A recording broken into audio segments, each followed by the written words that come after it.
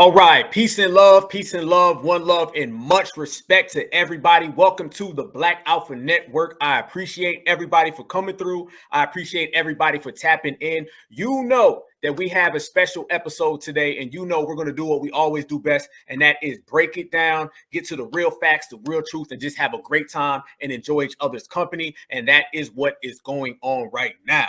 I have a special guest. You are all very familiar with him. This is one of our master teachers, someone that I revere, someone that I definitely follow, and we all have so much respect for. So I want everybody to give a good certified salute to our master teacher, Professor Kaba Kamene. How are you, my good brother?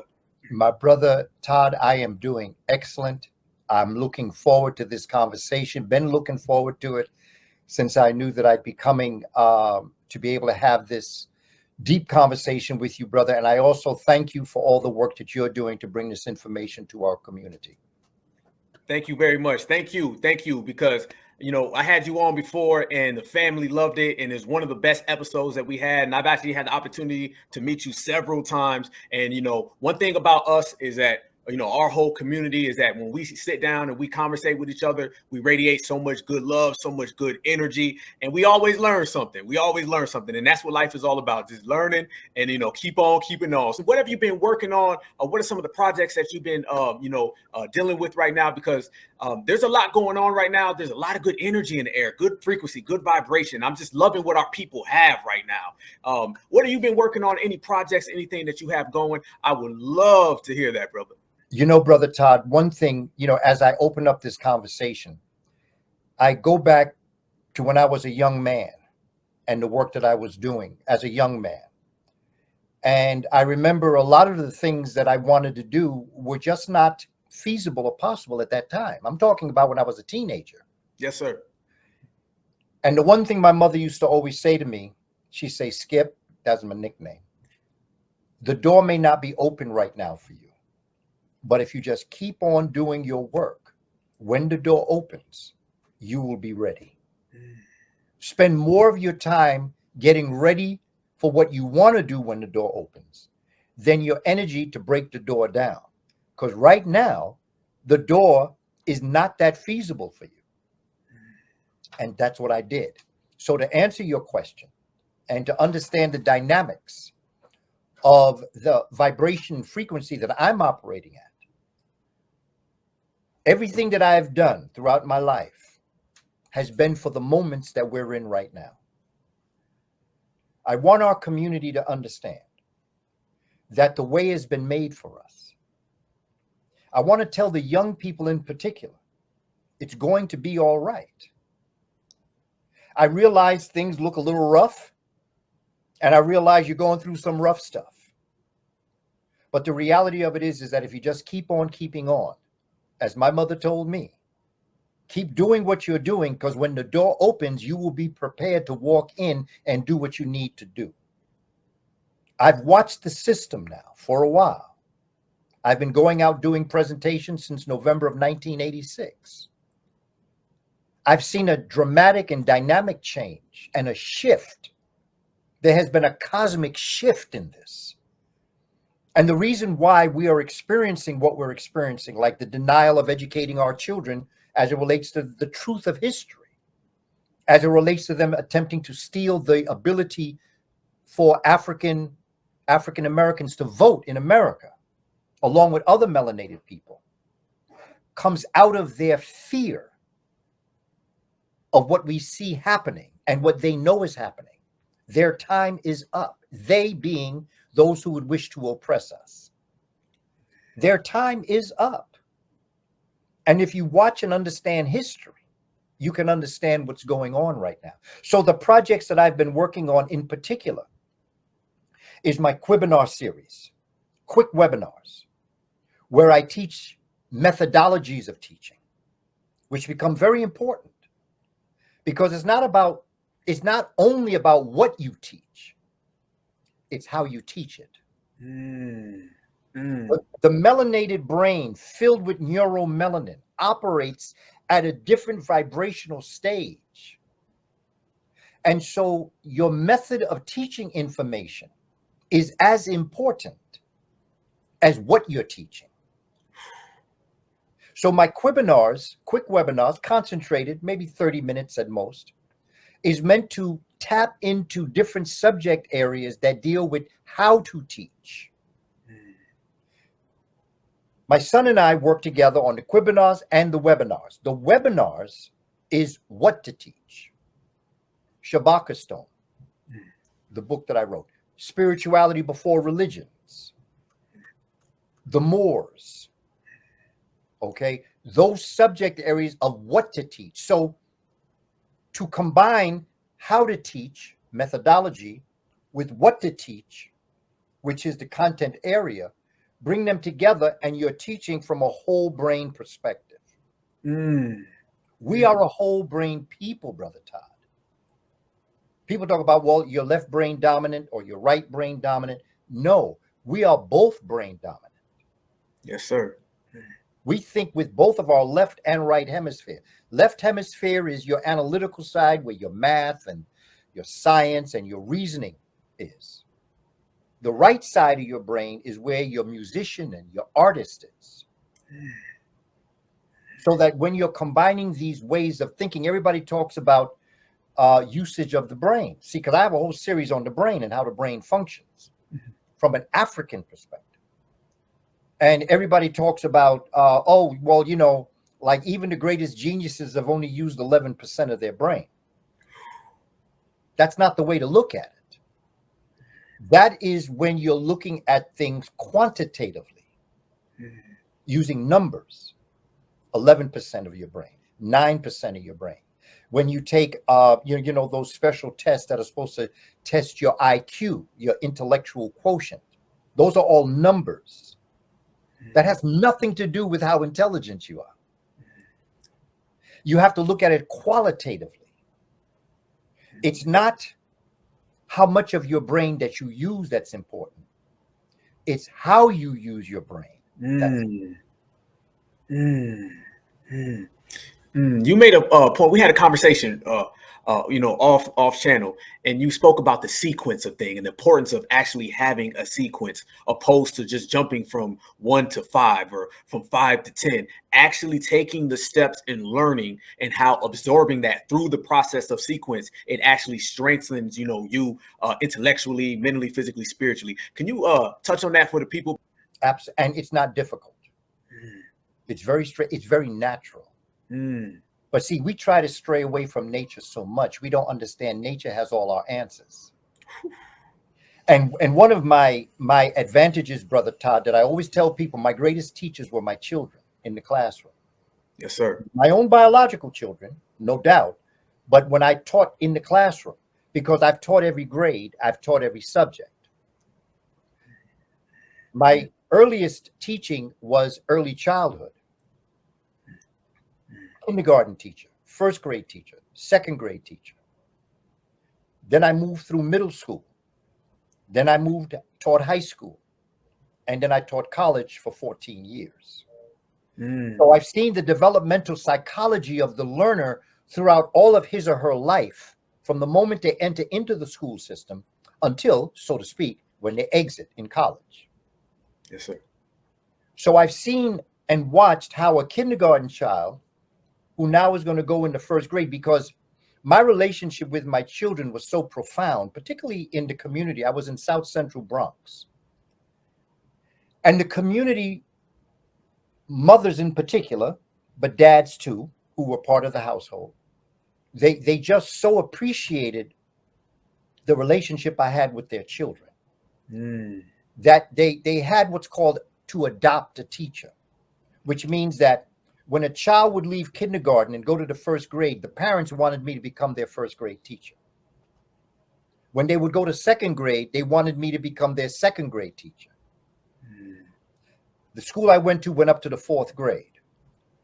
When I got to them in fourth grade and they graduated and went into middle school, I then went back into kindergarten. Now, they didn't do that with all the teachers, because for the most part, kindergarten teachers stayed kindergarten. First grade stayed first grade.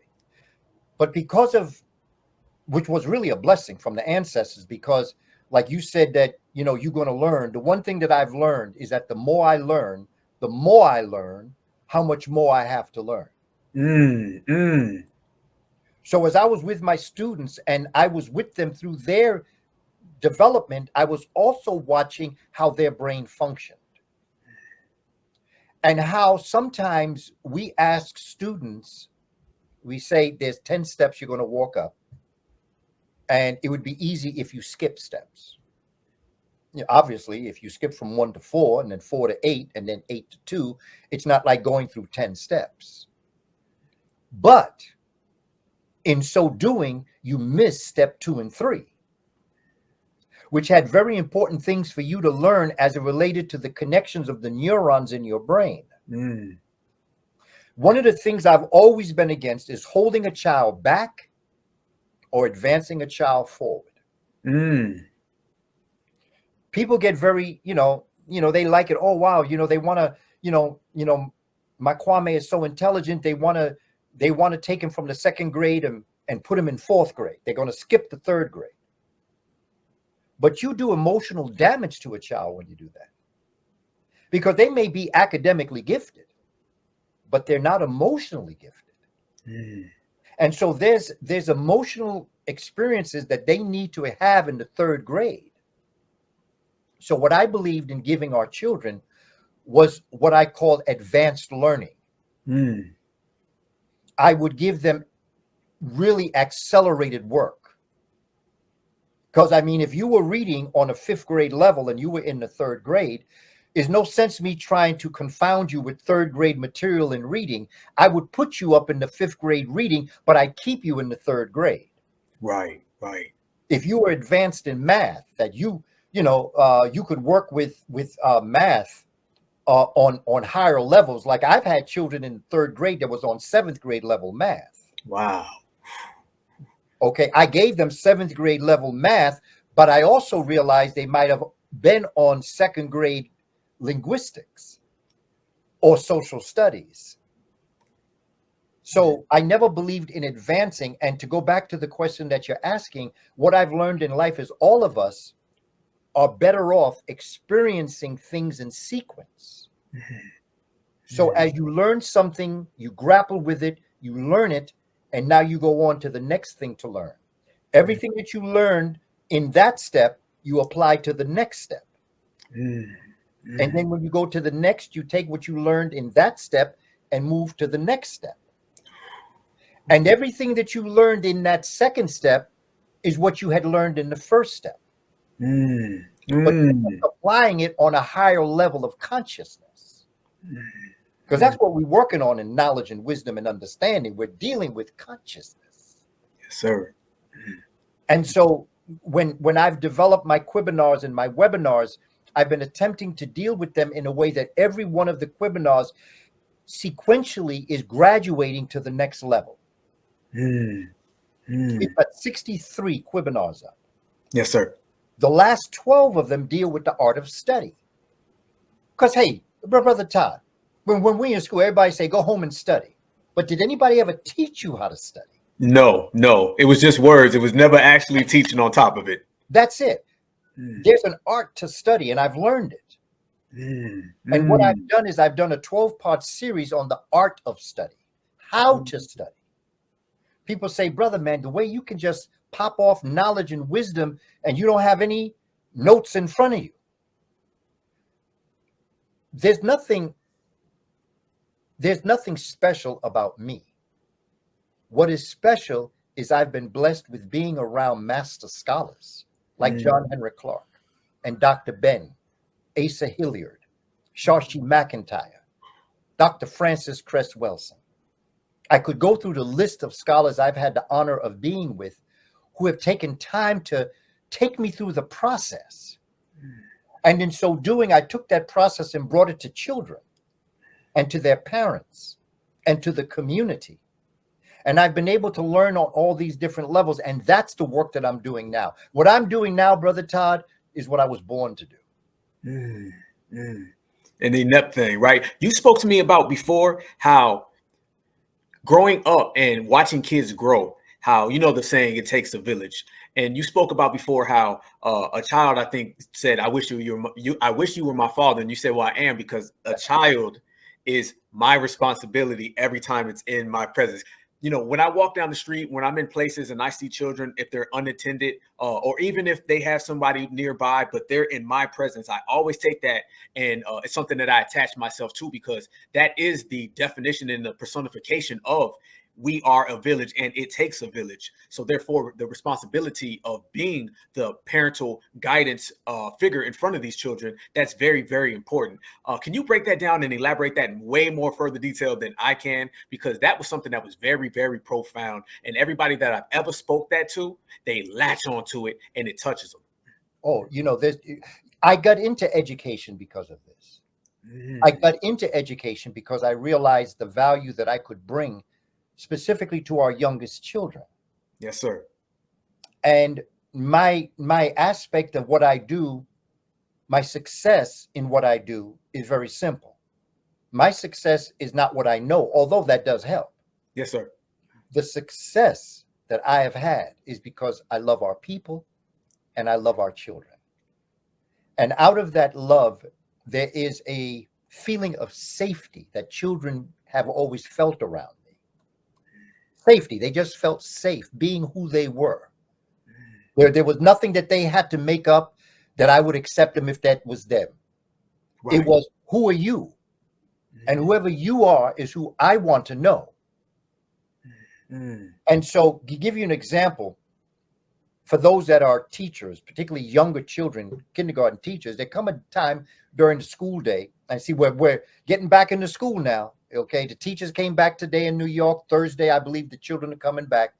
So I've lived this concept. Yes, sir. And I know that, as a kindergarten teacher, first grade teacher, around 10 o'clock in the morning, it's time for the children to go to the bathroom. Okay, and you line the children up, and normally you line them up in size place. The shortest students to the tallest students. But I could never do that because the children always wanted to hold my hand on the way to the bathroom. And if I did it by size place, it would always be the shortest children, the shortest girl, the shortest boy that would get to hold my hand. So we had to alternate with the children so that the shortest children, first day, and then the next day, they would have to go to the back of the line, and the next set of children would hold my hand. Because of the familial relationship I had with my students.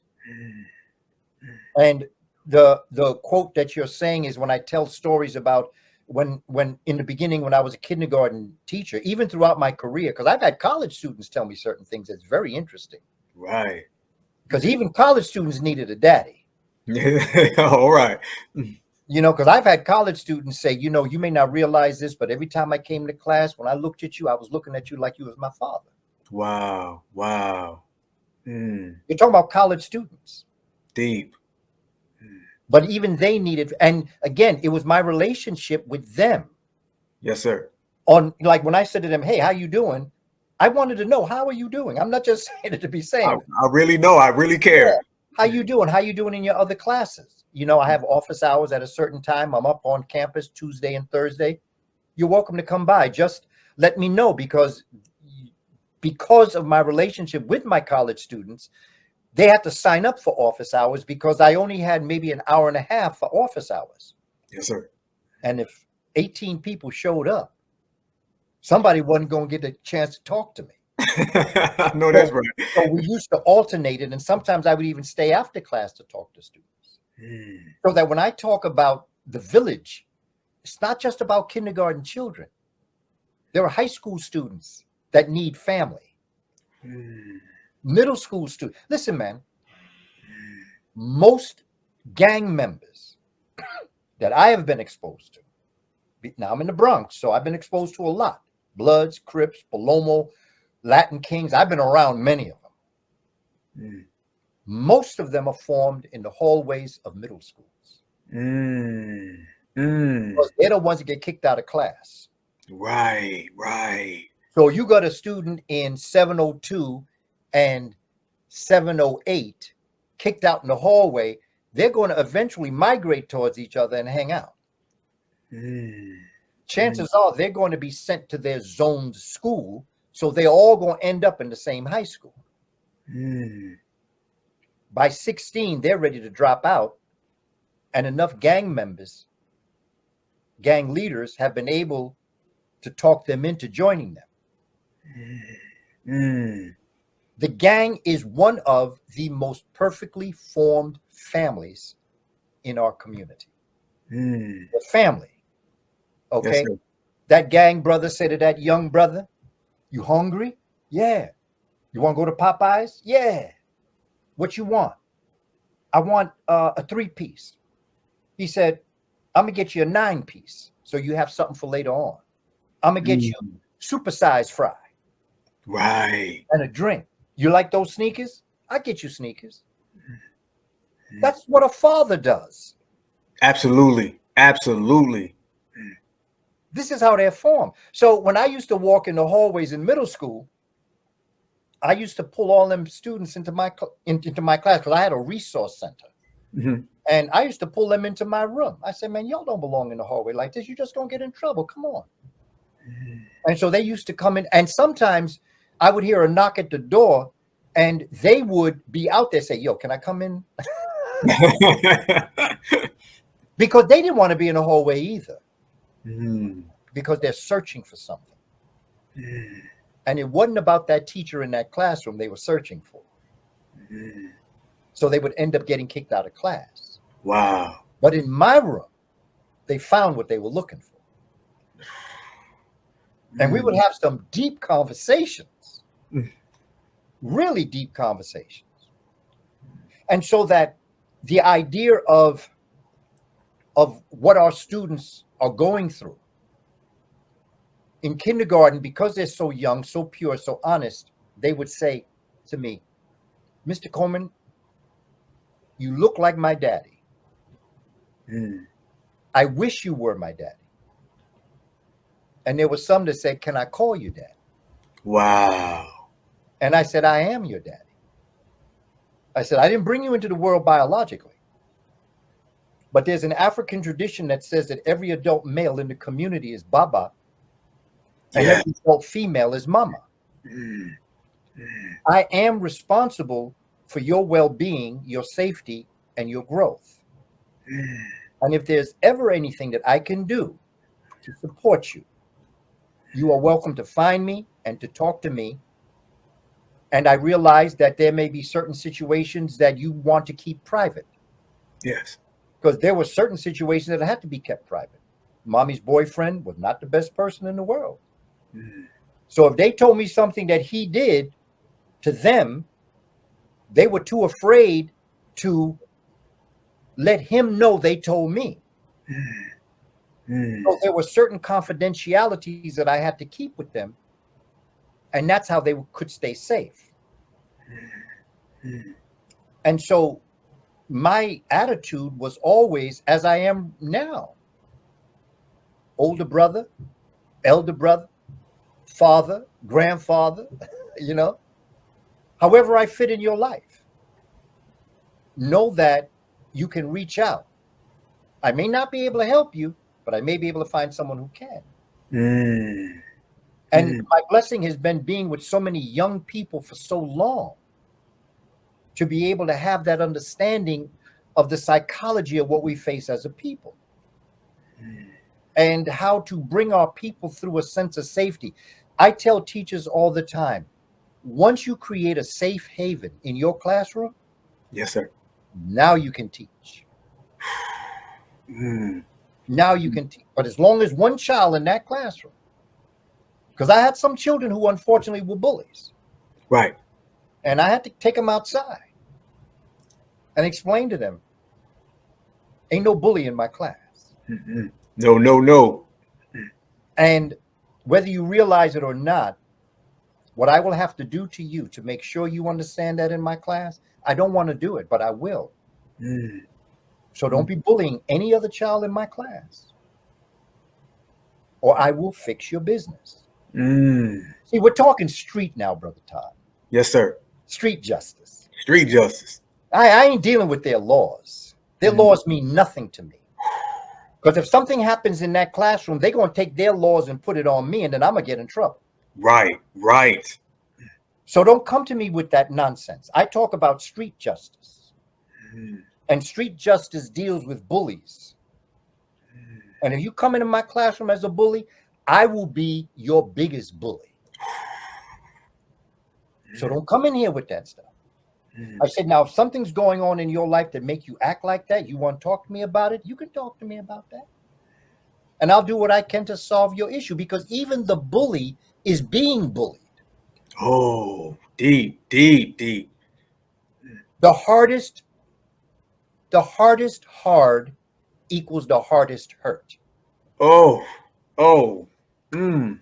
Gang members are some of the most fearful people who have the greatest fears. They've been hurt the most.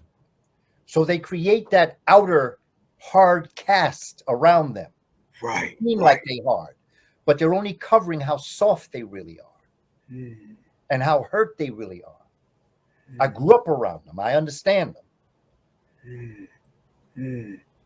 And so sometimes it's better, even with bullies, you don't have to come as a bully to them, but you got to lay out, and you have to let them know that there's a side of you that ain't going to take it, but there's a side of me that's willing to help you if I can.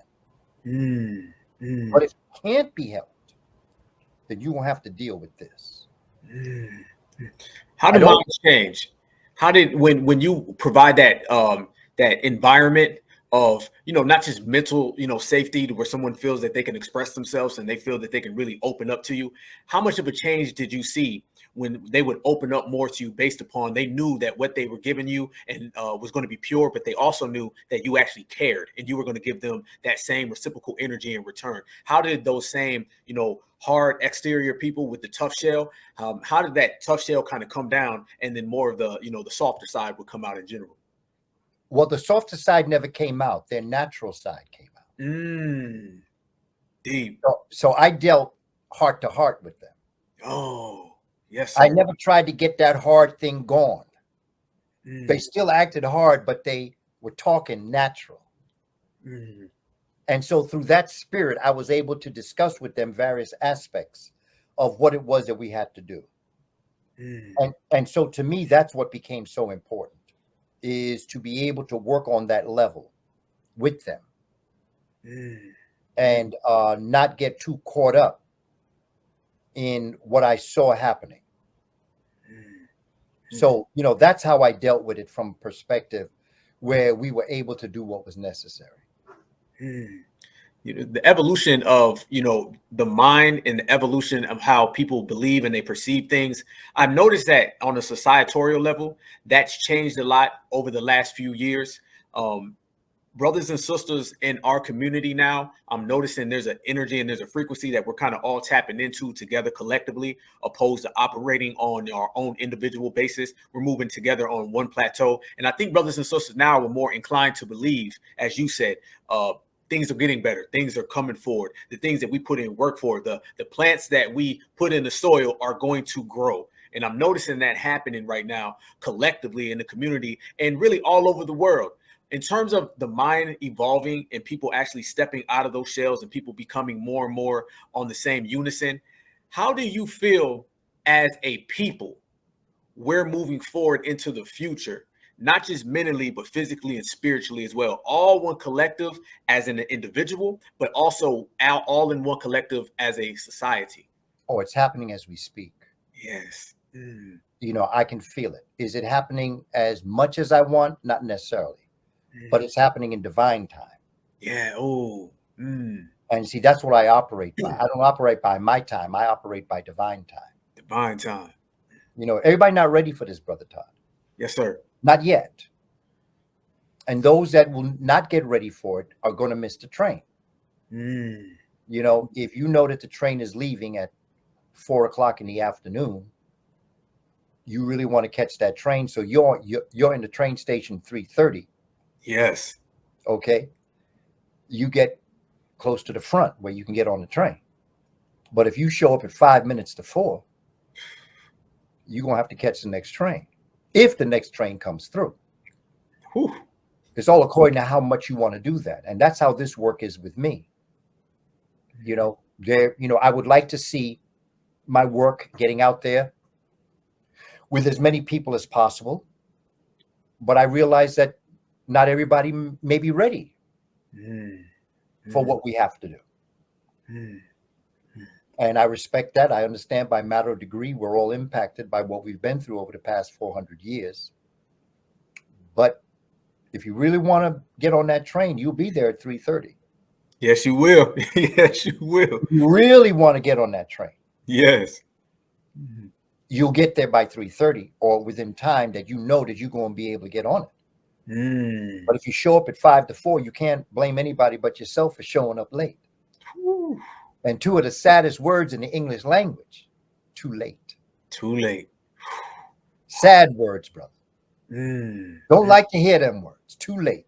Too late. Too late. Yeah, I noticed that. I definitely have noticed that before.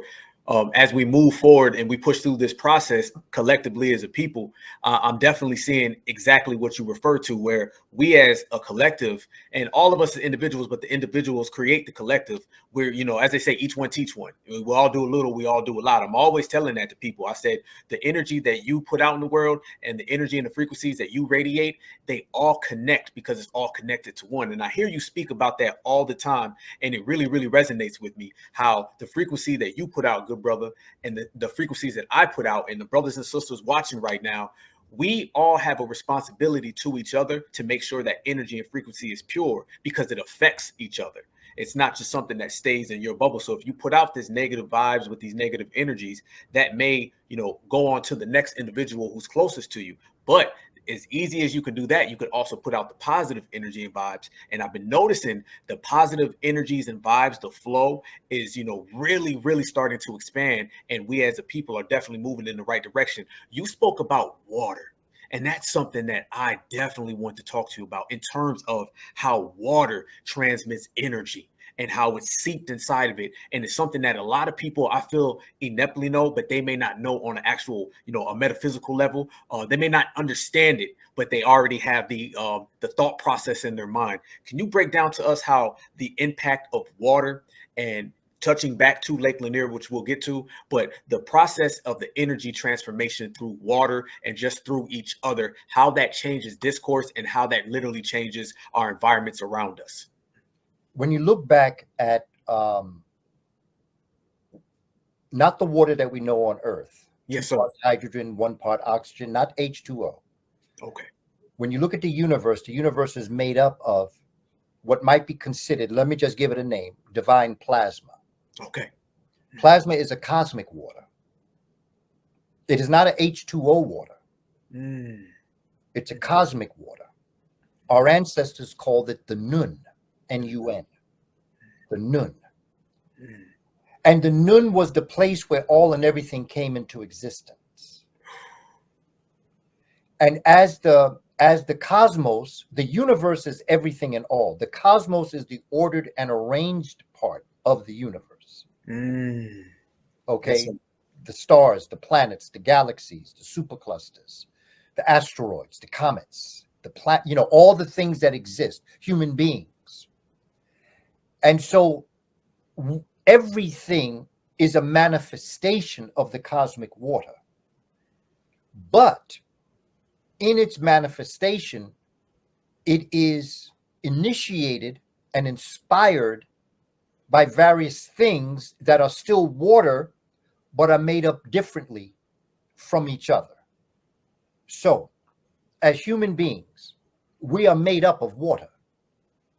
Okay, the sun is made up of hydrogen, which is the early star water, if you want to call it that. We are bits and pieces of that star. So we are made up of water. But to activate who we are, within us, we have a chakra system. Chakra. Which basically, if I give a metaphor, a storyline, is that chakras are energy wheels within the body. They start at the root chakra, and they move up through the body until they get to what's called the seventh chakra, which is the crown chakra.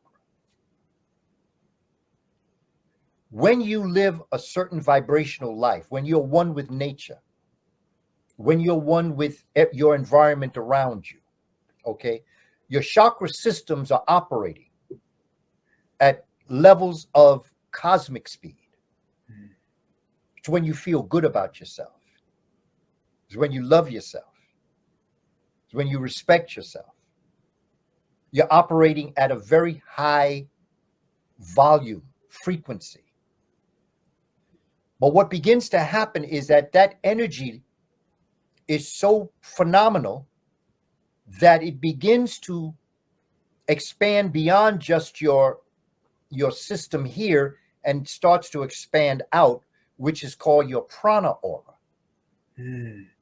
Your prana aura are the vibrations that you give out, that go out. Your chakras is what comes up and out that then allow you to create the kind of aura, the kind of external chakra system that is in your environment. You notice sometimes that dogs will gravitate towards people. Yes. And sometimes dog will look at somebody and start to growl. Yep. Yeah. Plants grow beautifully in some people's houses, but some people tell you, I can't grow plant die in my house.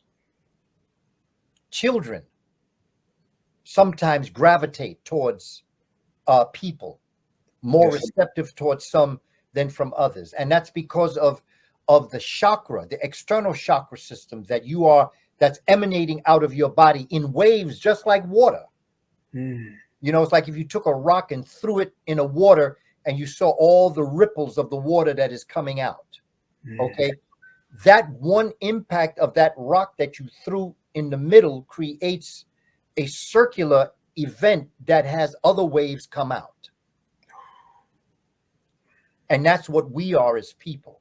That one rock is how you are vibrating within, and then you start to emanate that aura around where people say, man, I just like being around you, man. It's just something good about you, man. You got good spirit to me. You know, I just feel, and then there's some people say, stay back. Because their aura, but it all comes from within. The hardest hard is the hardest hurt. When you are hurt the most, you're going to hurt the most. And that's your chakra systems that are dull. And because of that, the aura that you give out is dull.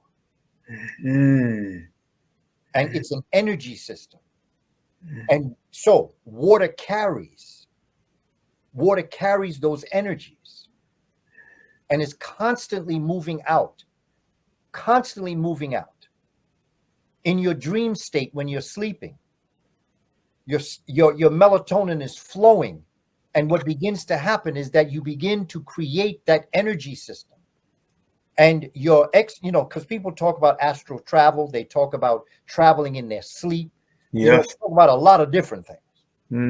And the reality of it is that when you're aware of this, and when you are a lucid dreamer, which means that you know your dreams, and one of the worst things to do is to go to somebody to interpret your dreams. Because that tells me that you can't interpret yourself. Oh, yes, sir. Yes, sir. And when you go to somebody else, they can't help you. They can make some money on you, but they can't help you. The only person that can help you is you. And so water is a carrier of these vibrations from the cosmos to the earth, within the human beings, within the animals, within the plant life, as above, so below.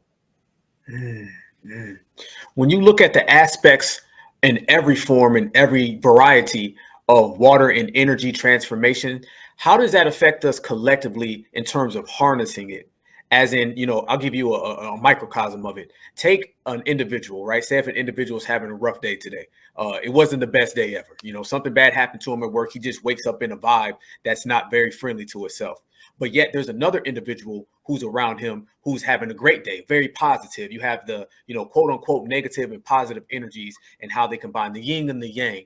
How does one harness that energy and turn that microcosm into a quintessential elevation? So I can be around this individual right here, the good person that you speak of, that people love to be around. And this person right here may be a good person, yet they're in a bad state. They're in a rut right now. How does one take that good energy that this person possesses and then mix it with the negative energy and turn it into a positive energy? That would be the question I would present. I think the only way, Brother Todd, is to lead by example. Yes, sir. Don't try to make anybody more positive. Don't try to make anybody less negative. Yes, sir. Just lead by example. Interact with them just like I interact with the bullies. Naturally. Okay? I don't take no mess.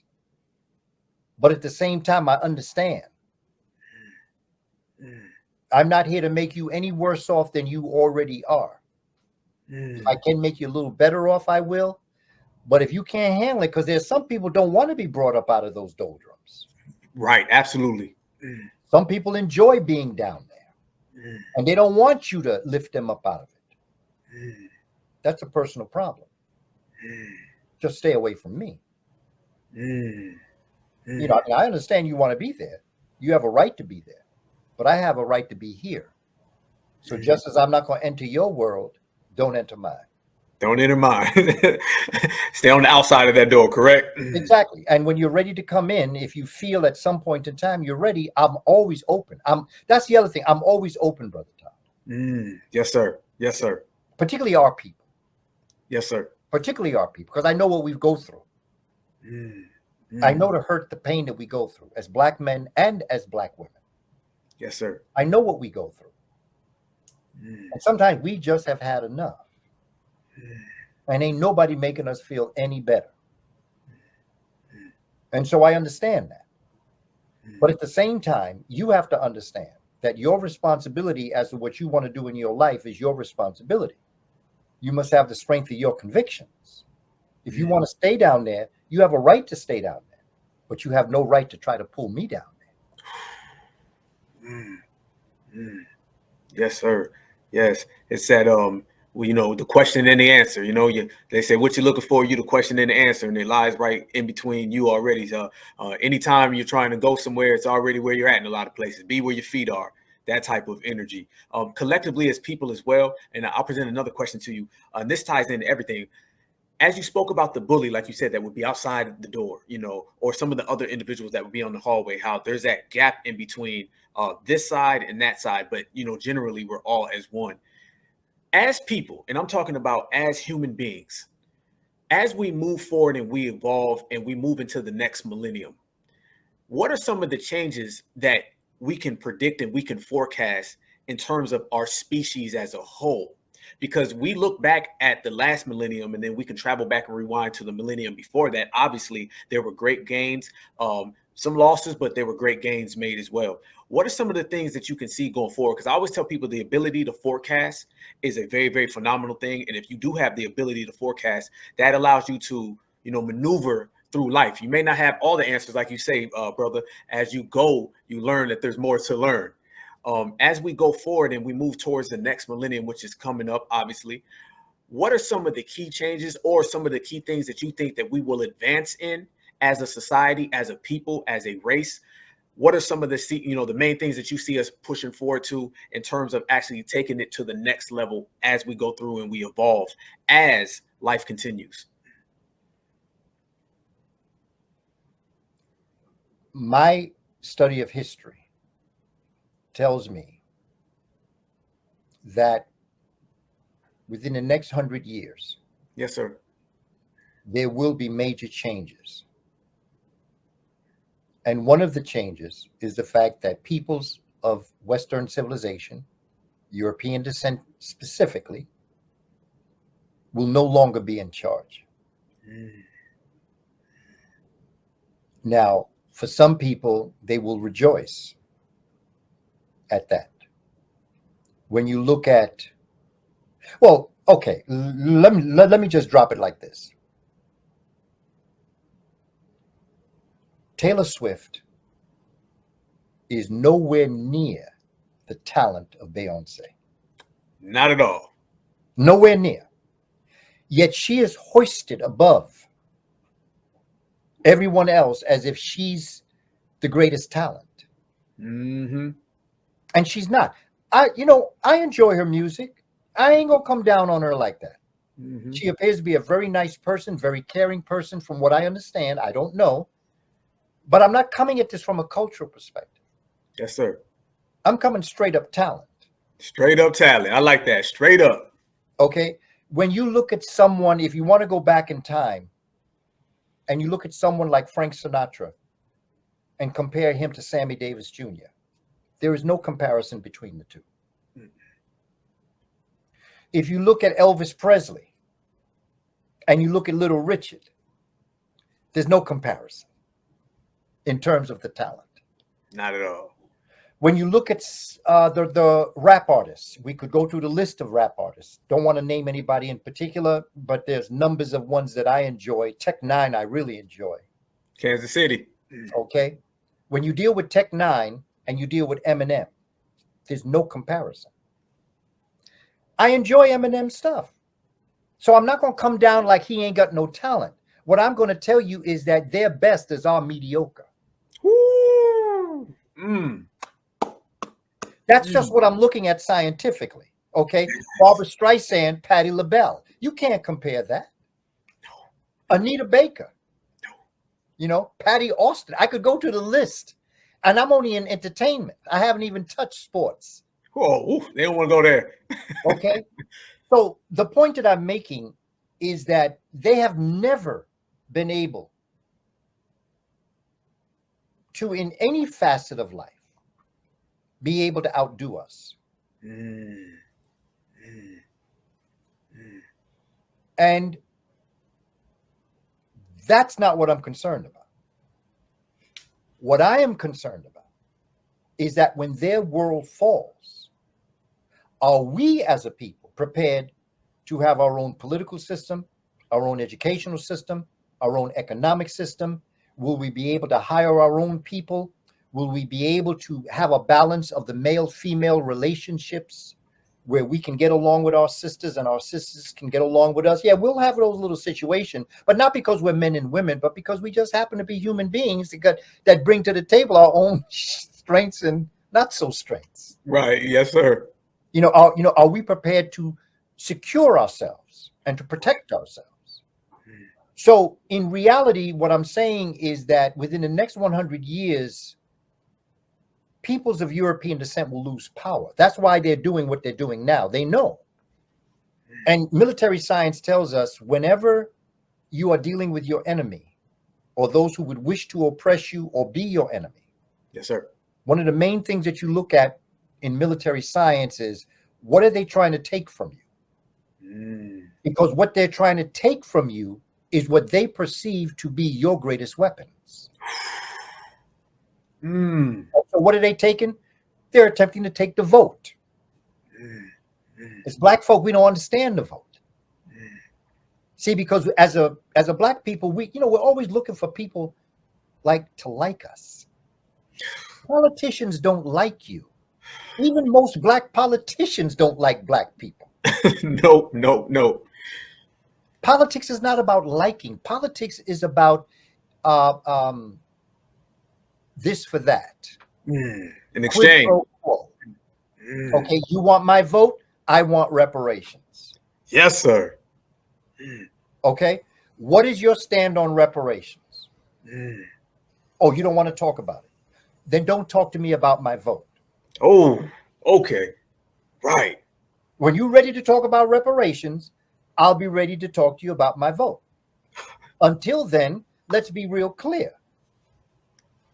Don't tell me nothing about, I got to get here in order for you to get that. I don't want to hear that. We've been doing that for 400 years. You're the only one that got reparations. And so we have to prepare ourselves for the future. And the future is that we must be able to look at where Neely Fuller talks about those 9 areas. I've added one by chance. He talks about it in his book, Yes, sir. The compensatory code for white supremacy. He talks about it, but he doesn't give it its own area. He gives 9 areas, and I call it REL, SEL, WEP. RELSELWEP. Religion, economics, labor.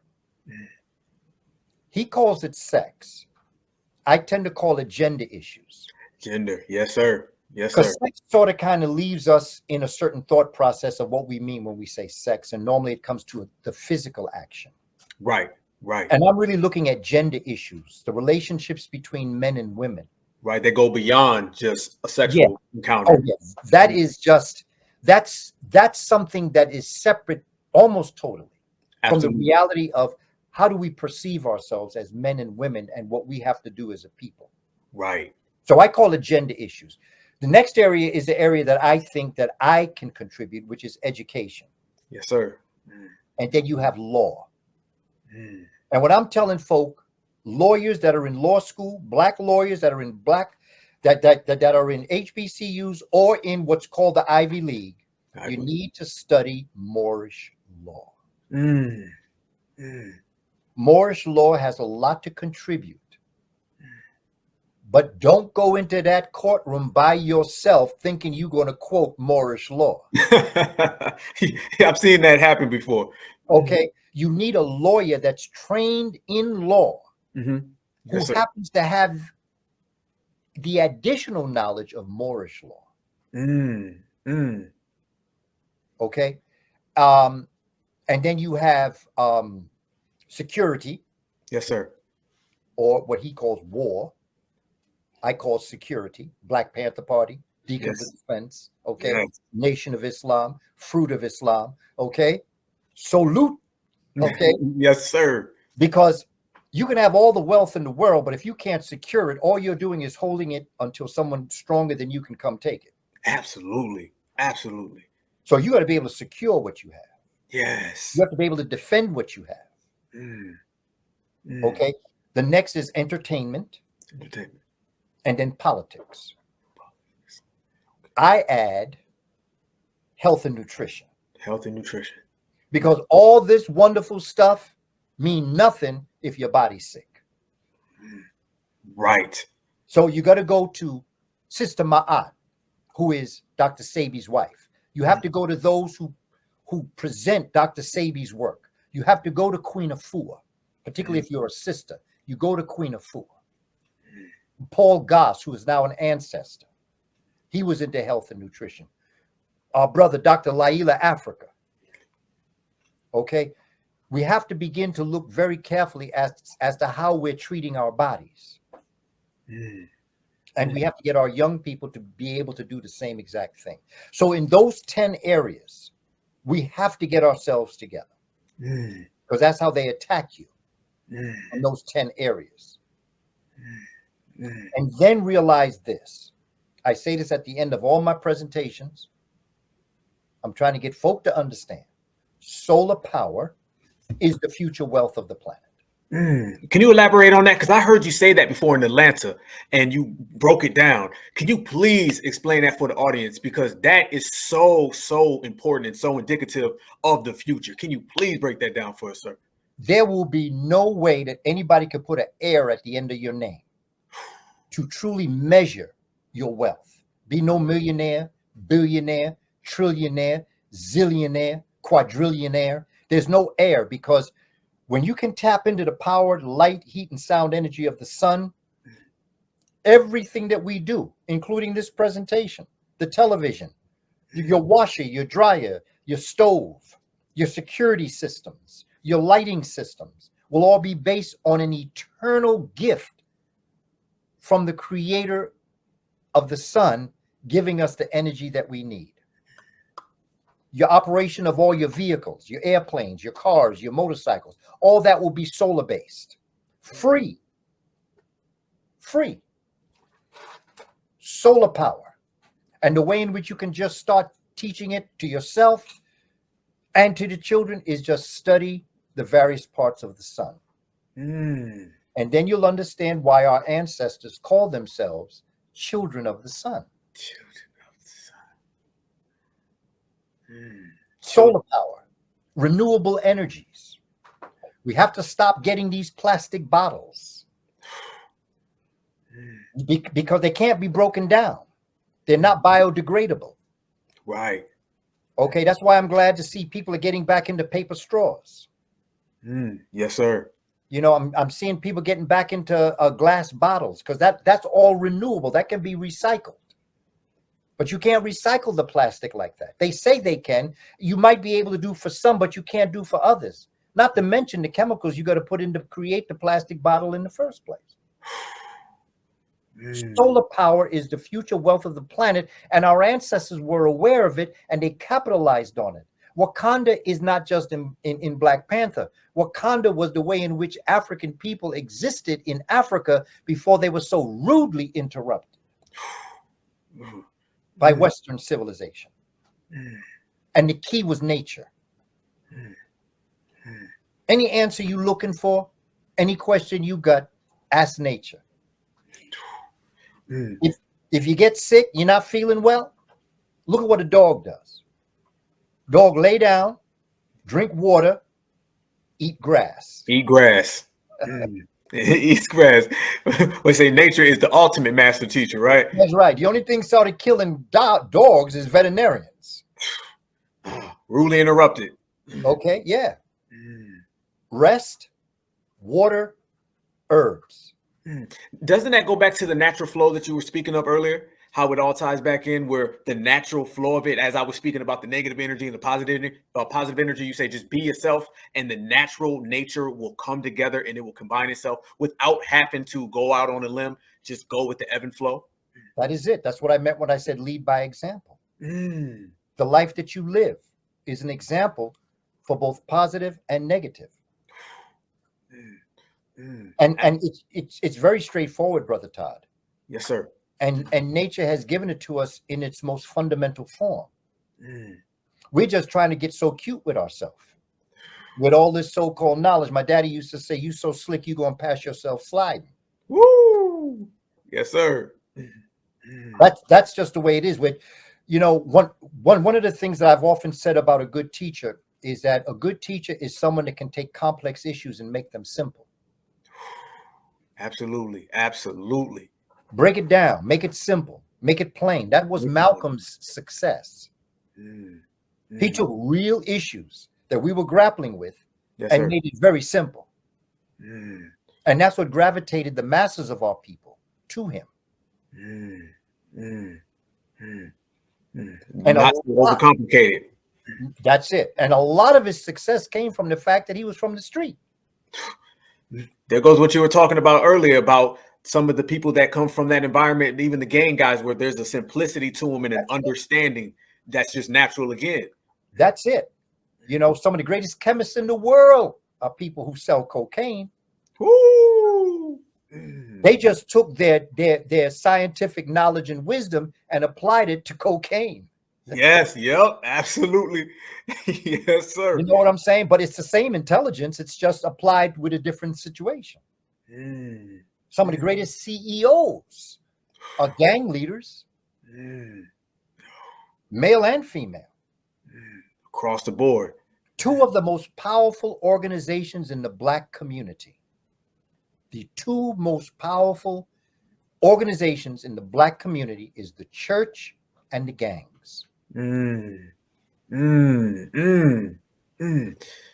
you say that for me 2 times? Can I get that one more time, brother?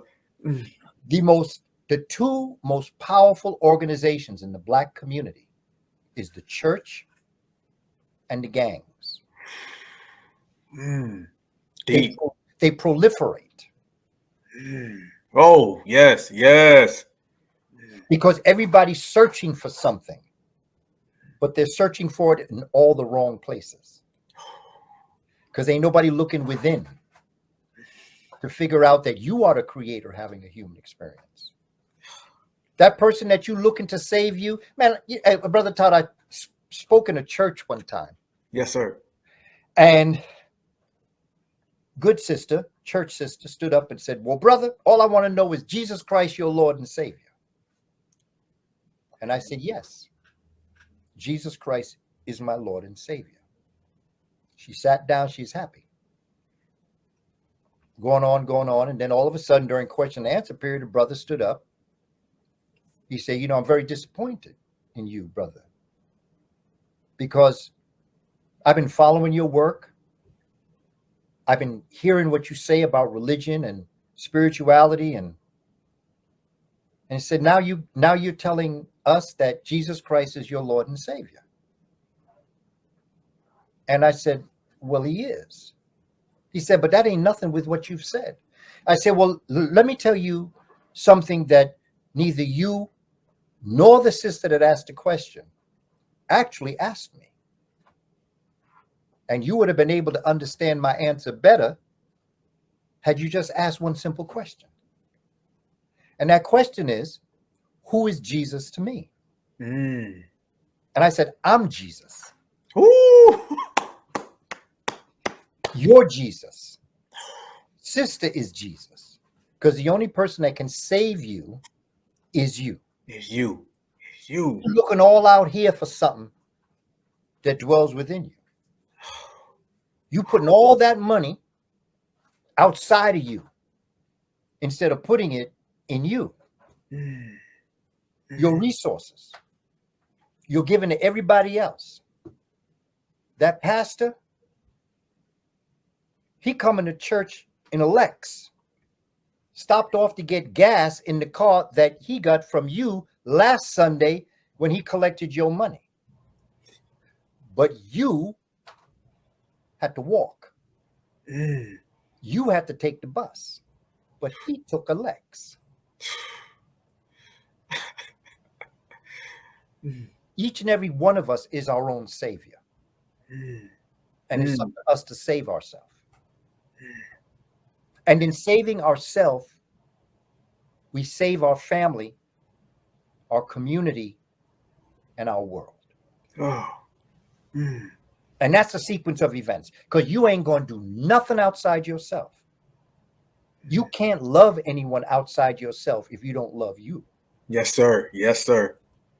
You might have a warped feeling of what you think love is. But that ain't love.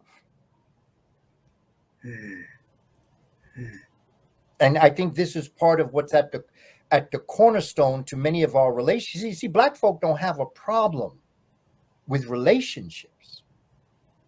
We tend to have, and not just us, but other cultures too, most people, we don't have a problem with relationships, having relationships. We have problem with commitment to that relationship. Oh, right. Profound. To be committed to somebody else beyond yourself. But you can't be committed to somebody else if you're not committed to yourself. That's the bottom line. We must be committed to ourselves to make a better day for ourselves.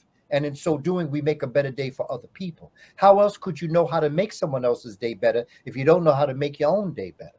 Oh, yes. Yes. So we bring these simple, and everything I'm saying to you, Brother Todd, is very straightforward.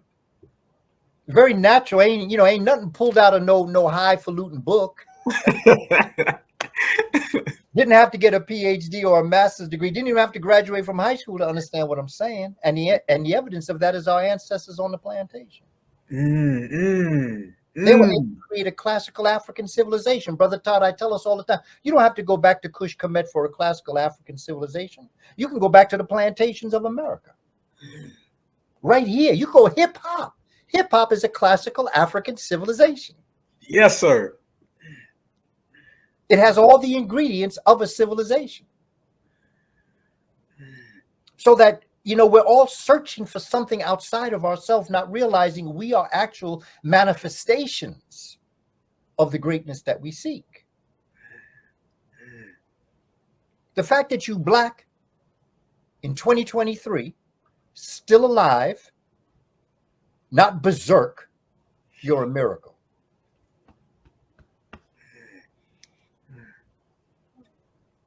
A walking miracle, internal for eternity, right?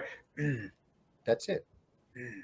I absolutely, absolutely 100%. And I tell this to everybody who listens to me, all of my audience, as Malcolm says, because when I speak to everybody, I try to always make it as plain as possible, because I always say true perfection is imperfect and simplicity is where so much beauty lies. One of the quotes that you said, and like I said, you are definitely a master teacher of mine.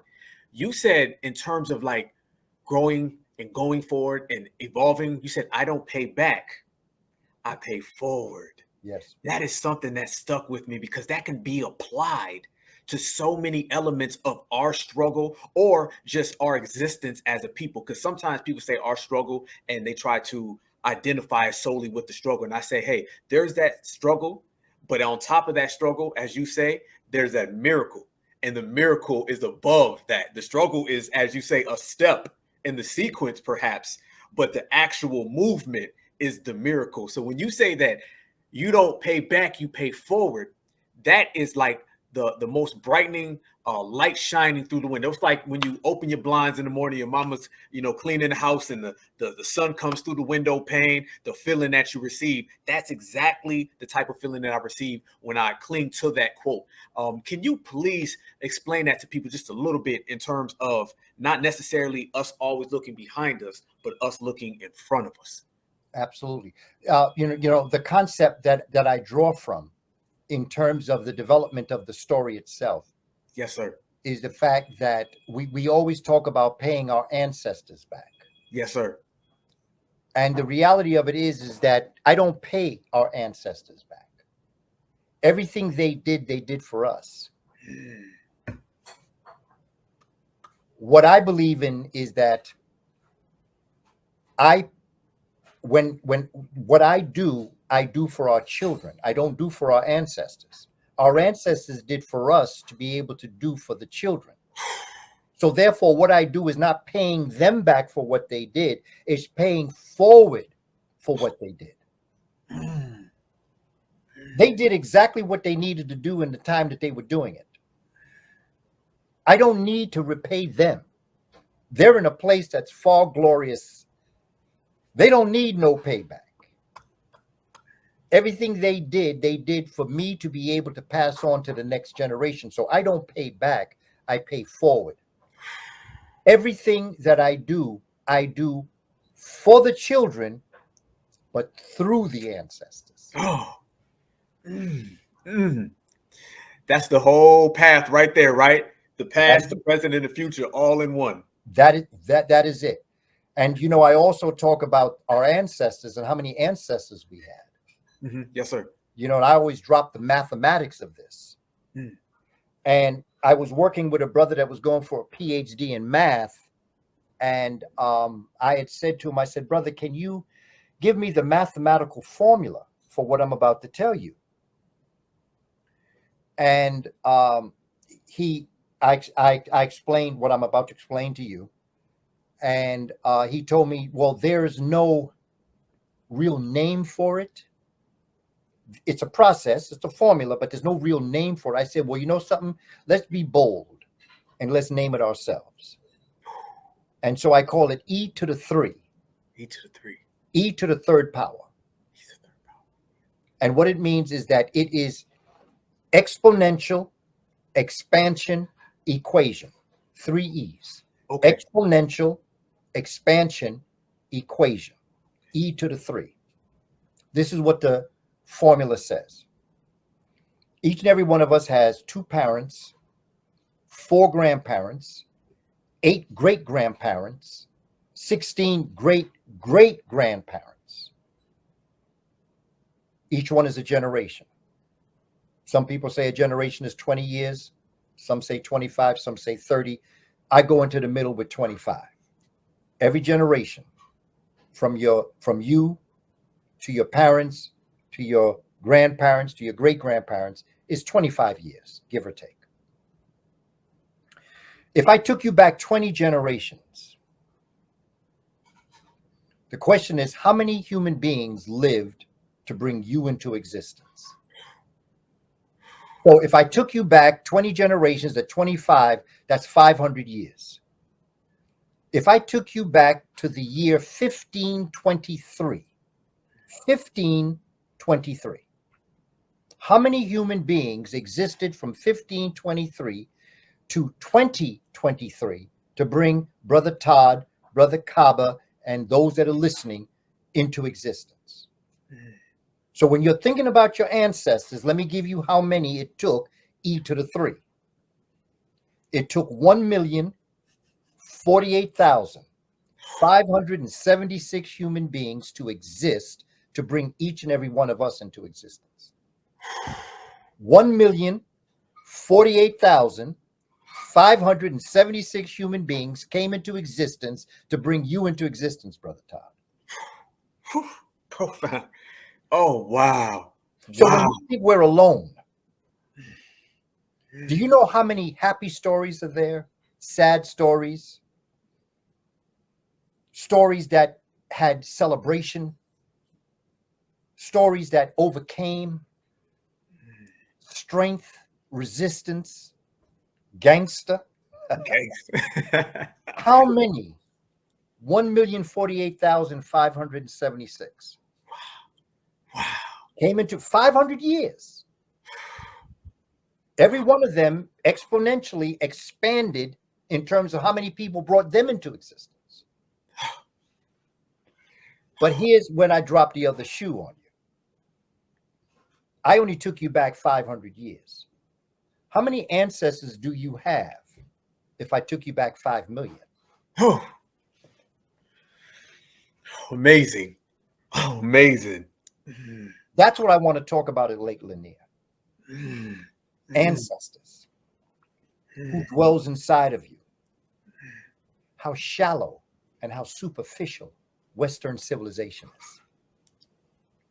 Every single day that you live, I want you to remember that. Anytime, whether you're in a good mood, a bad mood, in between, lunch, breakfast, dinner, make sure that you remember that, because we are truly, when we say that we are our ancestors and one day we will be the ancestors, that right there, family, proves it to everybody. That right there. So y'all all lock that in, everybody listening. That is definitely a gem. I appreciate that, brother. I appreciate that. That is extremely profound, but it's extremely deep. And it goes back to that miracle that you spoke of, brother. That's right. That's right. And brother, it's natural. Yes, sir. What I'm giving you is mathematics. 2 parents, 4 grandparents, 8 great-grandparents. Nothing deep. Nothing beyond, nothing in the twilight zone. Nothing trying to convince you of something that you yourself don't already know by mathematics. And the reality of it is that they fear you ever finding this out. That's why they're taking away your education and they're taking away your politics. Okay. Because they know that if you're in control of your knowledge and wisdom, you'll be in control of your politics. And you will be able to vote into place young people from the community that have your best interest at heart.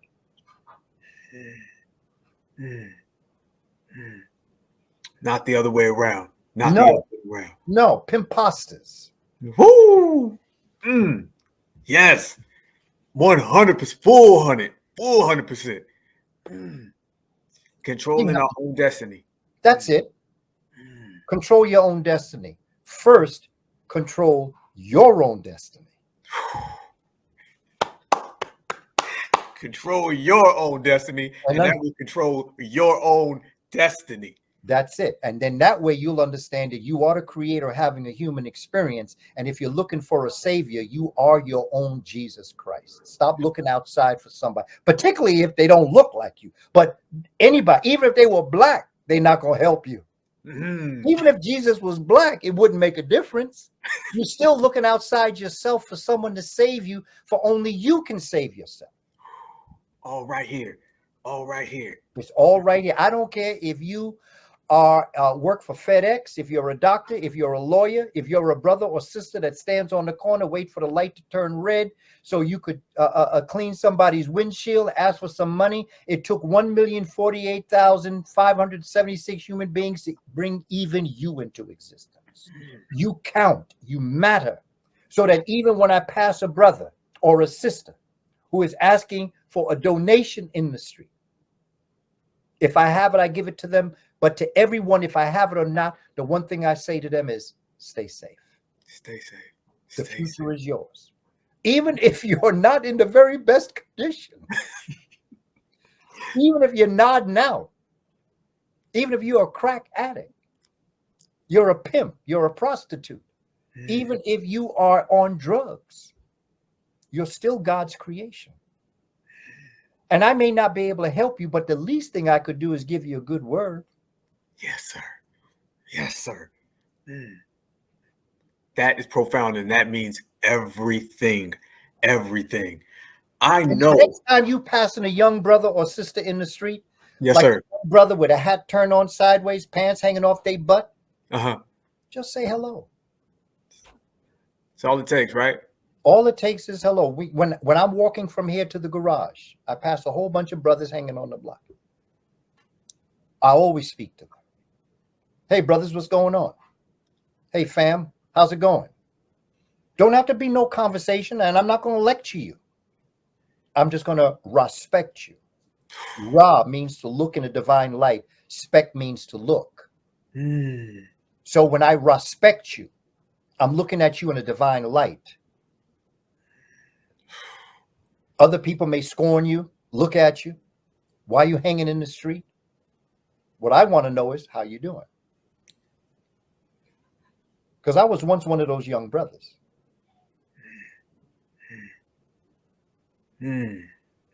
Divinity, serenity. That right there is one of the things that, I try all the time when, whenever we have a function.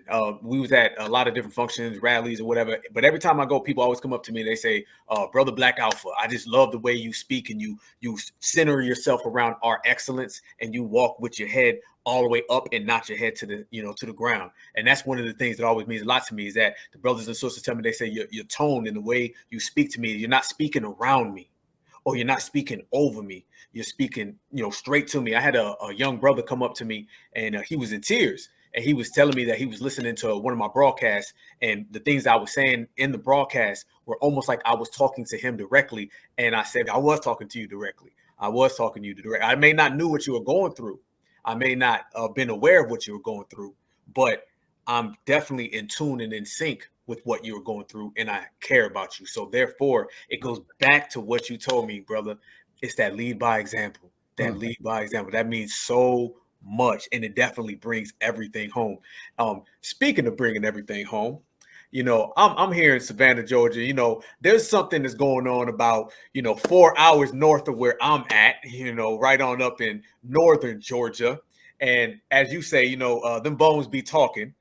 And we have a lot of things going on. I tell people that we move as a collective because you have the young brothers and sisters who are out here really on code and trying to get it. You have all of us, but the ancestors been putting in some work right on up north. If you travel on to northern Georgia from southern Georgia, I know that you will be there soon. And I think the brothers and sisters right now know what I'm getting at. There's a place called Lake Lanier.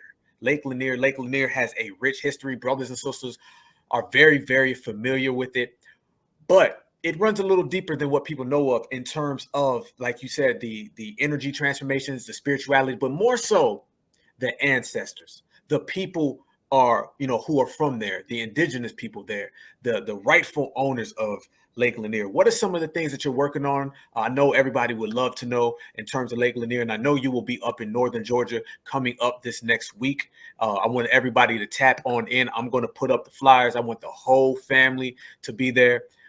I want you to explain to people some of, fine details about Lake Lanier beyond just the overall view that people hear about or something they may gloss over. The actual, root of it, the root work, as we say, of Lake Lanier.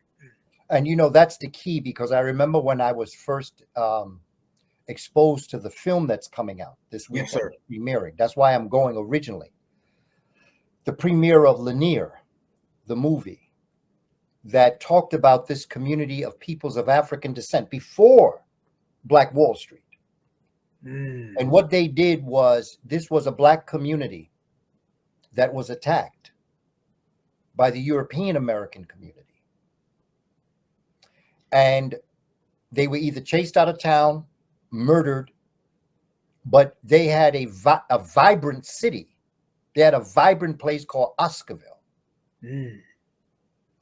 Stores. They had cemeteries, churches, schools, everything that we have. They had. Successful.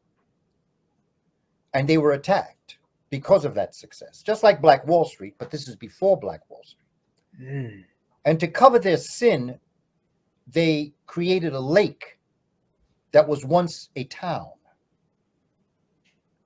And in creating what they created, you look at the lake today. I have a promo up on my site where you can see Lake Lanier. And the concept was that they were willing. In fact, I think the backdrop to what we have here, Brother Todd. Yes, sir. Lake Lanier. That was a town. Where you see all that water, there was a town. There was people. There were businesses. And when you think of the ancestors, the cemeteries that were run over by the water. And by the way, there's meant more than just this particular lake. Because in my research, I've come to realize they did this in a couple of our towns. Oh, wow. Okay. And I know that, look at phenomenal, handsome, and beautiful people that worked hard, developed their lives, and had it stolen from them for all but the reason that they are peoples of African descent who were successful. And they were not supposed to be like that, according to those who would wish to oppress them and destroy their community. And so this movie, Lake Lanier, be it a horror film itself, it is a story of how our ancestors rise up. Those bones are talking. I'm from New York, the African burial ground.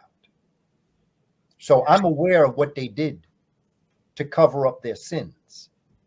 Because the African burial grounds is downtown where the World Trade Center is. And they found bones under the World Trade Center when they were rebuilding the World Trade Center. Oh, wow. I wasn't aware of that. I wasn't aware of that. Wow. Yeah. Well, they didn't talk about it much, but they did tell a story, but the bones were intact. They could not have been people that had been killed during the 9/11 attack. Wow. Because the bones of the people that were attacked were vaporized. In other words, they were broken apart atom by atom, molecule by molecule. Wow. These bones were intact. So they built the World Trade Center over the African burial grounds.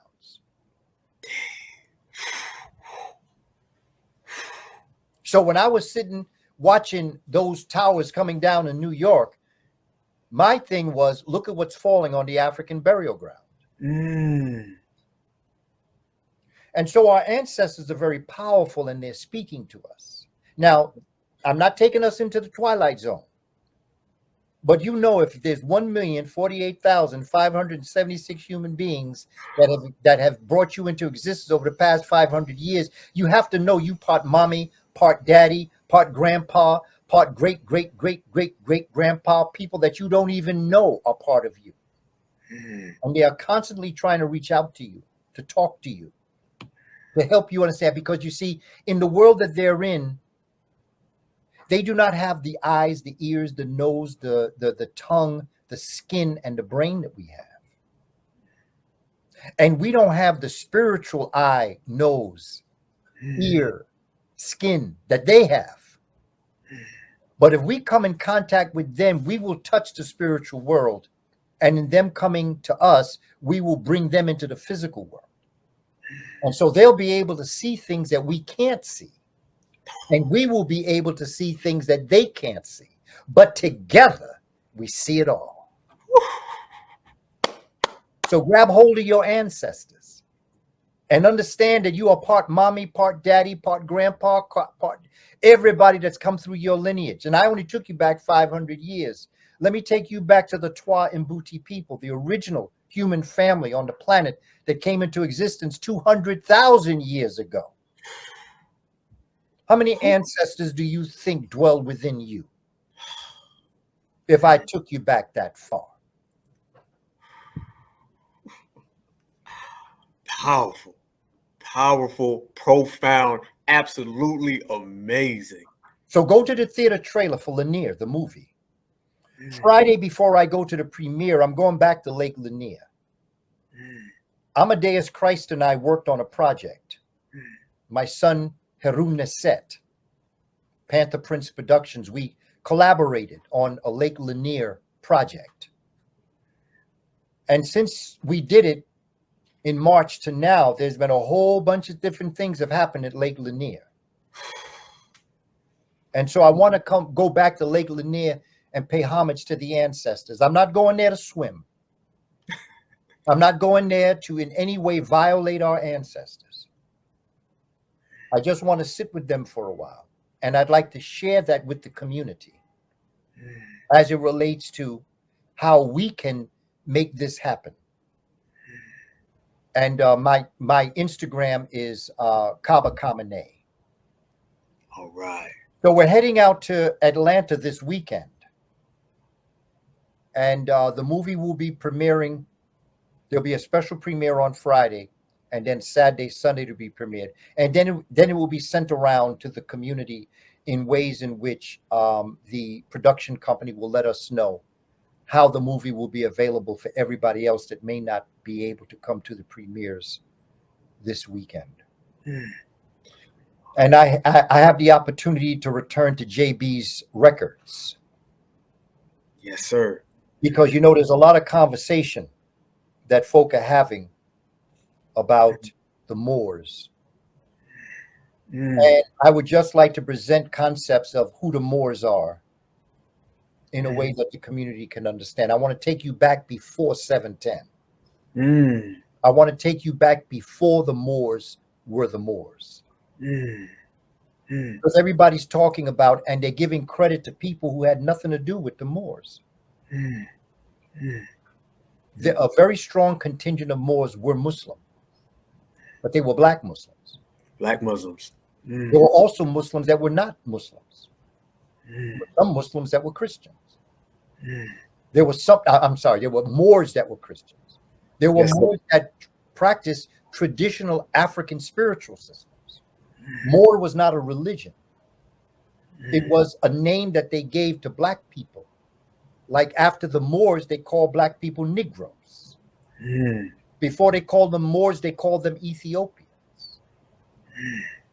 So when we look at the Moors, we have to understand, and I'm going to take you back to Italy, and I'm going to show you who the original Etruscans were. I want you to understand this. And for those that come, I'll be live streaming it on Sunday while I do the live presentation. And I'll be doing the presentation on Saturday at JB's Record. And the address is 898 Oak Street Southwest, Suite F. And it starts doors open at 1. So it's from 1 to 4. I'll give you a live lecture and some book signing. And everybody, I'm putting that in the link, everybody. So in this video, you make sure you go to the link, and I will have up our brother Kaba's website. I'll have his Instagram, and I'll have the link to his appearance at JB's Record Lounge. Yes, indeed. Yeah. And I just want to thank my brother Jonathan for extending his phenomenal place of business to us, to be able to share this information with our community. And I encourage you to support our brother at JB's Records. He's doing phenomenal work for the community. And this is what you have to start to do, brother. I had the opportunity to meet him in Atlanta. That's definitely a good brother. Much respect to our brother for definitely putting in good work for the whole community. And I want everybody out there to go and make sure that you see our brother Kaba.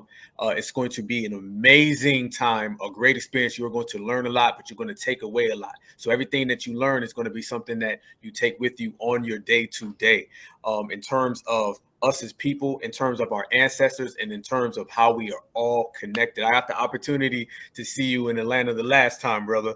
And it was a great experience. As a matter of fact, when I was there, you actually signed my book right here, Spirituality Before Religions, everybody. This right here, I'm going to tell you, I done read this inside out, and my wife done read it inside out as well. Salute Queen Alpha. She done read it. We be fighting over the book. We be pulling at it. But everybody, you guys make sure you check it out. Can you mention some of the other books that you have for sale and other books that you've written so the family can be familiar with it? Yes, the books that I'll be bringing, I'll be bringing a book. My first book was dedicated to Professor William Leo Hansberry, who really was the brother that is the architect for America's African Studies program. And I paid intellectual libation to the brother. Yes, sir. The next book was Spirituality Before Religions. Spirituality is unseen science, and science is seen spirituality. And my next book was Shabaka Stone. And Shabaka Stone is an African theory on the creation of the cosmic universe and its continuing development. Again, I was so impacted by Shabaka Stone at a young age. I then wrote a book for children called Shabaka Stone for Children, because I want our children to understand how powerful they are. And Shabaka Stone answers a lot of the questions that we have about life. And so I'll have those books with me when I come on Saturday and on Sunday. William Leo Hansberry, Spirituality Before Religions, Shabaka Stone, and Shabaka Stone for Children. And if by chance you cannot make it out to the event this weekend, the 9th and the 10th, or is it the 10th and the 11th? I think it's the 10th and the 11th, Saturday and Sunday. No, it's the 9th and the 10th, I believe. 9th and the 10th. Yes, sir. Okay. Yeah, I was right. You can always go to my website or the link in my Instagram, and you can purchase the books also that way. My webinars are there. My webinars are there. Because we got to back up what we're saying. Definitely. And you're going to be live streaming as well, right? In terms of this weekend? Yes, sir. Sunday. Yes, we'll be live streaming on Sunday. So that you can go to the link and you can get the tickets. And also you'll get the PDF copy of my presentation. Because I know that when we get involved in presentations, sometimes we take mad notes and we do a lot of things, and sometimes we miss important things. Yes, sir. But with the PDF, you'll be able to at least have the notes of my presentation so that you'll be able to go with it, so that your purchase ticket also includes a PDF copy of my presentation. So much wisdom, so much knowledge, so much power. I appreciate you for coming through. Everybody, everything I'm going to have in the links of this video. So make sure that you go into the link and go into the description. You will see the websites. You will see Instagram. You will see the appearance coming up. I'll have the flyer up. It will be fully decorated so everybody can make sure that you come through and you see our great, great, great master teacher, our brother Kaba. You make sure that you tap in to the Black Alpha Network, and I will continue to post all the links all the way up this weekend so we can make sure this is not just only a family affair, but this is also all of us moving together as that one collective. I want to show you a picture before I go, and I want the family to see this. This right here was just when our good brother was in Atlanta back in March. I got the opportunity to meet our good brother. And this picture right here, it's dear to me. This is one of my favorite pictures right here. I got this on my phone. I got it on my Instagram, on my Twitter, my Facebook. It's locked all the way in. But this was in the same place at our good brother JB's Lounge in Atlanta. You make sure you see our great master teacher this weekend coming up. Make sure you tap into the website. Make sure you tap into all of his social media, because it is an event of intelligence, of amazing miracles, and it's also an event of all love and all prosperity. So with that said, brother, you know I got to send you a certified salute. I appreciate you for always showing love. I got the opportunity to meet you in 3 cities in less than a year, and I've had you on the show twice, brother. So I appreciate you wholeheartedly. This is from all of us at the Black Alpha Network, Certified Black Society. We send you the biggest certified salute. Much love and respect, and I cannot wait until the film comes out, and I will definitely be tapping in, brother. Appreciate you so much for coming through. I appreciate you, brother. Thank you for all that you do. I'm proud of the work that you're doing, and I'm honored that I would have been invited to share this knowledge and wisdom. And as we always say, keep on keeping on. It ain't over till we win. Solar power is the future wealth of the planet. All power to the people. All power. Peace and love, family. Y'all stay good.